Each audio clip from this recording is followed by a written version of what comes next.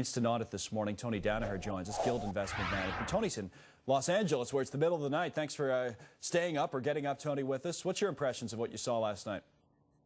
Well, good morning, Connell. Thanks for having me.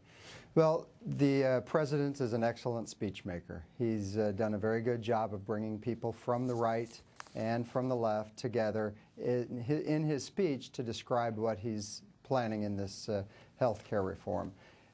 As far as how we look at it, the markets are going to respond not favorably, not unfavorably right away.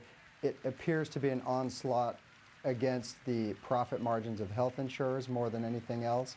But I do think that they do have to address health care and the chronically uninsured people in the United States.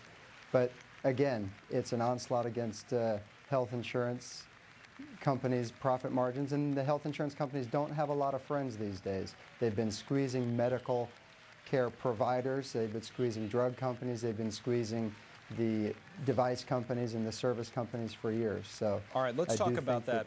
Let's talk about that a little bit, Tony, in the context of the question. One of the questions that have been brought up about the health insurance companies is not necessarily would their profit margins be squeezed. That's almost pushed to the side.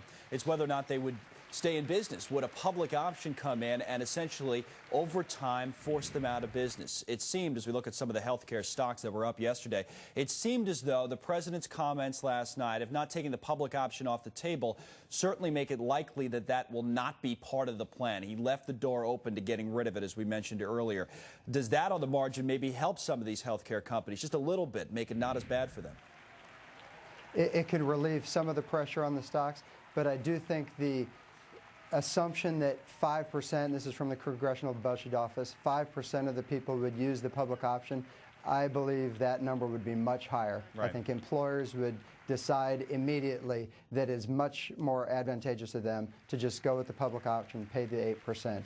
And before you know it, you will have insurers consolidating, some going out of business depending on how how their business is structured and how profitable they are. It will cost some insurance companies their business. Right. So that's so we'll see whether or not that gets left in the plan or not. Again, the president certainly left the door wide open for it not to be left in the plan. End of the day, Tony, what do you think gets done here? Anything? Watered down version, liberal version? What assumptions do you make? Because I'm sure you've got to be talking about it with clients and the like. I think one of the things that does happen going forward is much more bickering.